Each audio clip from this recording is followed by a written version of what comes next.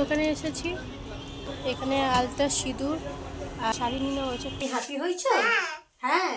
পুকুর দেখেছে আমার বোনপো, তো আমার ফোন করছে, বলছে দেখো পুকুর, দেখো পুকুর। হাই গাইস, তোমাদের সবাইকে জ্যোতি ব্লগসের স্বাগত জানাই। তোমরা সবাই কেমন আছো? আশা করছি ভালো আছো এবং আমিও কিন্তু বিন্দাস আছি। সো এখন আমি যাচ্ছি আমার দিদির শ্বশুর বাড়িতে। আমি কদিন ওখানে থাকবো, কারণ হচ্ছে আমার দিদির শাশুড়ি মা গেছে পুরীতে ঘুরতে, কালকেই উনি বেরিয়ে গেছে রাতে। আর আমি আজকে যাচ্ছি কারণ আজকে একটা আমার স্কুলে প্রজেক্ট জমা দেওয়া ছিল। তো আজকে দুপুর 2টোর সময় বলেছিল আমাকে ম্যাম যে প্রজেক্টটা স্কুলে জমা দিয়ে যেতে। তো তাই জন্য আমি কালকে দিদির বাড়িতে যাইনি, আজকে যাব। আর জামা কাপড় সব গোছানো হয়ে গেছে। আর বলতে গেলে এখন পাটা একটু ব্যথা করছে বলে একটু ব্যান্ডেজ করে রেখেছি। আর তোমরা একটা পোস্ট আমি করেছিলাম, একটা পিক আমার পায়ের, তো তাতে আমি বলেছিলাম যে আমার পায়ে একটু চোট লেগেছে আর কি। তো ওটা পাটা ব্যান্ডেজ করে নিয়েছি। এখন যাব দিদির বাড়িতে। আর যাওয়ার কথা ছিল সকালবেলায়, সকাল বা দুপুরের মধ্যে চলে যাওয়ার কথা ছিল, কিন্তু বললাম একটু আগে যে প্রজেক্টটা দেওয়ার ছিল, তাই জন্য আর যেতে পারিনি। সকাল 9টা না 9:30টার সময় উঠে সেই তখন থেকে প্রজেক্ট করতে বসেছিলাম।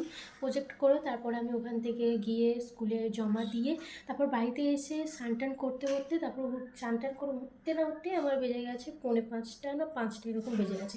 তারপরে কিছুক্ষণ আগেই খাওয়া দাওয়া করে উঠলাম। উঠে তারপরে রেডি হয়ে নিলাম। জামা কাপড় আগে থেকে প্যাক করে রেখেছিলাম আমি।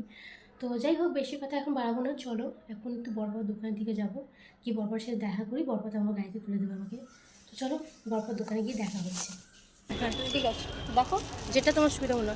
তো দোকানে এসেছি, এসে এখন এখানে শাড়ি চয়েস করছি। কেন আমাদের একটা জায়গা যাওয়ার আছে, সেটা কোথায় সেটা তোমরা হয়তো পরে জানতে পারবে অন্য। তো এখানে আলতা সিঁদুর আর শাড়ি নিয়ে হয়েছে। টিপটা কি দেওয়া উচিত?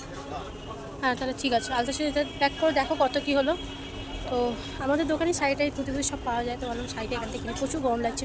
তো যাই হোক, তোমরা পরে জানতে পারবে যে কেন শাড়ি আলতা সিঁদুর নিচ্ছি, পরে তোমাদের জানাবো। তো গাইস সবে এলাম দিদিভাই বাড়িতে। আর আমার বোনপো তো হচ্ছে যে শুনেছে আওয়াজ সে ছুটে ছুটে ছুটে ছুটে গেছে। হ্যাঁ গিয়ে দেখছি আমি এসেছি। তুমি হ্যাপি হয়েছে? হ্যাঁ। এখানে এটা তো গাইস এখন বাজে 8টা, 8টা বাজে। আর আমার বোনপো আমার কোলের এখানে বসে লিখছে। কি লিখছে জানি না, খালি খালি গোল্লা পাকিয়ে যাচ্ছে, খালি গোল্লা পাকিয়ে যাচ্ছে। আর এখানে আমি টিভি দেখছি। তো তোমাদের তো বললামই আমার একটু পায়ে চোট লেগেছে। তো ফ্রেশ হয়ে দিদিভাই জামাটা কেমন লাগছে আমাকে পরে জানাবে। তো ফ্রেশ হয়ে দিদিভাই একটু বরফ দিল আমাকে ফ্রিজ থেকে বার করে। তো একটু বরফে এসে একটা করে তারপরে একটু এখন এখানে পায়ে ব্যান্ডেজ করেছি, দেখতে পাচ্ছ পায়ে ব্যান্ডেজ করেছি। আর আমার বোনপো আমার এখানটা আমাকে বলছি একটু নাপ, ও নামবে না, যাই হোক চুপচাপ বসে আছে। এখন খুব দুষ্টু হয়েছে, খুব দুষ্টু হয়েছে। চিকু তুমি দুষ্টু হয়েছো? খুব দুষ্টু হয়েছো? লিখছে, কি লিখছে জানি না। যাই হোক, এই তো বোনপোর সাথে টাইম কাটাই। আর আমার দিদি ভাই ওখানে রান্নাঘরে আছে, রান্নাবান্না করছে। কী রান্না করছে এখন জানি না, খাবার সময় দেখা যাবে।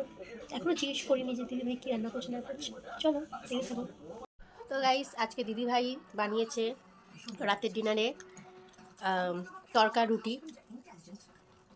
আমার ক্ষুদ্র খিদে পেয়েছিল, দিদিভাইকে বলেছিলাম, তো দিদিভাই আমাকে একটু তরকা রুটি খেতে দিয়েছে। জানতামই না যে আমার দিদিভাই তরকা রুটি বানাবে। হ্যাপি বানিয়েছে। চল ঝটপট খেয়ে নিই। 2000 years later.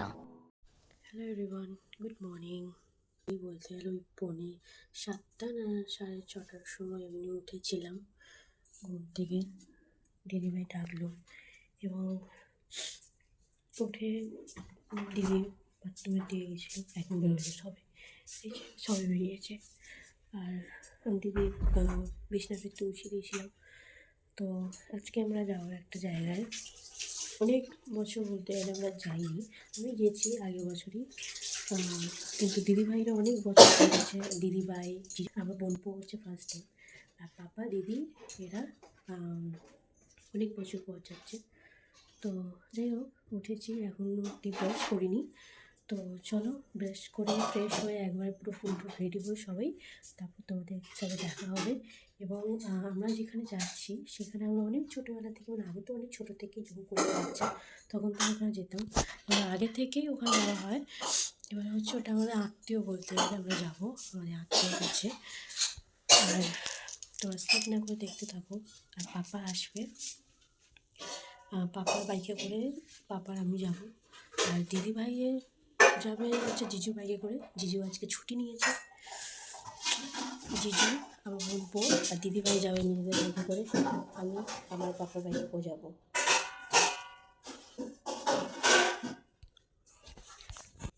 কেন কি ভেবেছিলাম যে সবাই যাবে বাড়ির, কিন্তু থামড়া শরীর খাবার, থামড়া যাবে না, ক্যান্সেল করেছে। তাই পাপা, আমি, দিদিভাই, জিজু, বোনপো যাবো। তো আমরা সবাই বাইকে করে চলে যাবো।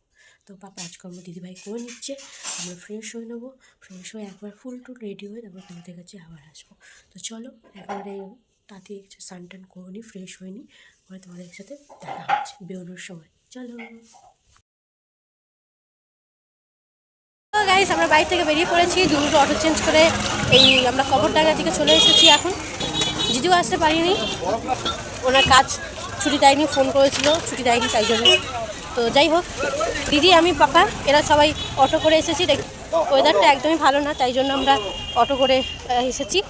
এখন 3 নম্বর অটোতে উঠবো। এই অটো করে গেলে এটাই ঝামেলা। তো যাই হোক, চলো যেখানে যাচ্ছি সেখানে কি তোমাদের সাথে একবার দেখা করছি, চলো। তো গাইস, ফাইনালি আমরা চলে এসেছি, এখন হেঁটে হেঁটে যাচ্ছি যেখানে যাবো।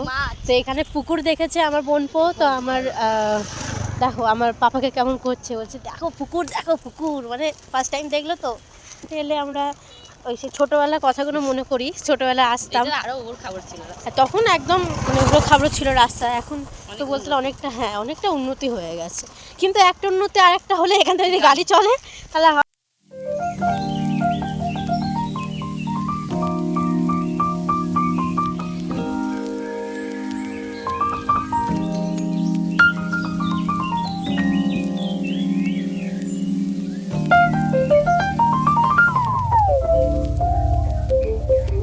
গাইস, আমরা অনেকক্ষণ আগে এসেছি, 1-2 ঘন্টার মতন হয়ে গেছে, এখন বাজে 1টা।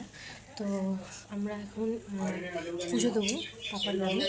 আমি শাড়ি এনেছি, আসলে বলতে গেলে আগের বছরে যখন দুর্গা পুজোর আগে পাপার খুব শরীর খারাপ ছিল, তো মানত করেছিলাম। তো পাপা বলতে গেলে এখন ঠিকই আছে, তো মাকে শাড়ি দিয়ে এখন পুজো দেবো। আর এখানে কিন্তু মা মনসা আছে, একটু পরে তোমাদের দেখাচ্ছি। আর এখানে বলতে গেলে মা মনসা প্রচুর জাগ্রত, প্রচুর, এবং ছোট্টবেলা থেকে আমরা এখানে আসি, জেঠুর সাথে খুব ভালোই আমাদের আলাপ আছে। তো যাই হোক, পরে মাকে তোমাদের সাথে দর্শন করাচ্ছি, তো তোমরা দেখতে থাকো। তো গাইজ, তোমরা এখানে দেখতে পাচ্ছ মায়ের পুজো হচ্ছে, এবং যিনি পুজো করছেন উনি হচ্ছে আমাদের জেঠু, এবং উনি হচ্ছে আমাদের আত্মীয়, এবং ওনার বাড়িতে কিন্তু মা মনসা পুরো জাগ্রত। তো সবাই এখানে মায়েরকে একটু দর্শন করতে আসে, মাকে একটুখানি দেখতে আসে। তো যাই হোক, মায়ের মুখখানিটা অতটা সুন্দর যে মায়ের দিক থেকে চোখ সরাতে ইচ্ছা করছে না। তো যাই হোক, এখানে তো আরতি হচ্ছে, আর বোনপোয়ের এখানে আসা ফার্স্ট টাইম, আর এখানেও এসে খুব এনজয় করেছে, তেমন দুষ্টুমিও করেছে। তো গাইস, 2 ঘন্টার মতন হয়ে গেছে, আমরা বাড়িতে চলে এসেছি। আর বাড়িতে এসে অত টায়ার্ড হয়ে গেছিলাম, তাই তোমাদের সাথে আর কথা বলতে পারিনি আমি। তো যাই হোক, এখন তো একটু শুয়ে আছি। এই যে আমার একটা বোনপো হয়েছে, সেই পাটাকে যে কি করছে, একবার করে মারছে, একবার করে চিমটি কাটছে, কি যে করছে জাস্ট বলার মতন না। তো আমরা এসে একটু বাইরে থেকে মিষ্টির দোকান থেকে সিঙ্গারা কিনে এনেছিলাম, তো সবাই সিঙ্গারা মুড়ি খেলাম। আর খেয়ে চাটা খেয়ে দিদি আমি আছি, পাপাও একটু শুয়ে পড়েছিল, কারণ অনেক সকালবেলা এসেছে। তো এখন পাপা বেরিয়ে যাবে বাড়ি যাওয়ার জন্য, আর আমি তো আমার দিদি বাইরে থাকবো আজকে। আজকে না, কদিন থাকবো, কেন থাকবো সেটা তো তোমরা জানো, বলেইছি আগে। মানে এই যে ছোকরাটা নিজের রেস্ট নিজে নিয়ে নেবে, যেমন রাস্তাতে আস্তে আস্তে নিজে ঘুমিয়ে পড়েছে, নিজের ঘুম একটা টানা মেরে নিয়েছে, এই করেই যাচ্ছে।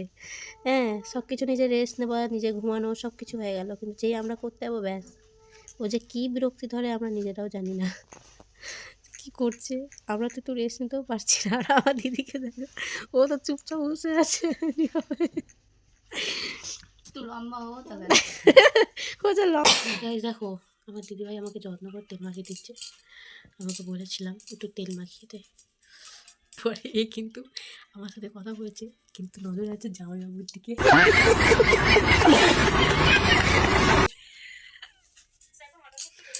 দিদি ঘুম পাচ্ছিল, ওকে আমি টেনে টেনে বললাম আমাকে তেল মাখিয়ে দে, তেল মাখিয়ে দে। একদিকে তেল মাখাচ্ছে, একদিকে ফোন দেখছে। আমাদের তেলটা মেখে ঘুমিয়ে পড়বো, কারণ আজকে সকাল থেকে অনেক খাটাখাটি হয়েছে। সেই সকাল 6:30 না 6:45টার সময় উঠেছি, তার শরীর টানছে না কারোরই। চলো আজকের মতো ব্লগটা এখানে শেষ করছি। ভালো লাগলে লাইক, কমেন্ট, শেয়ার, সাবস্ক্রাইব।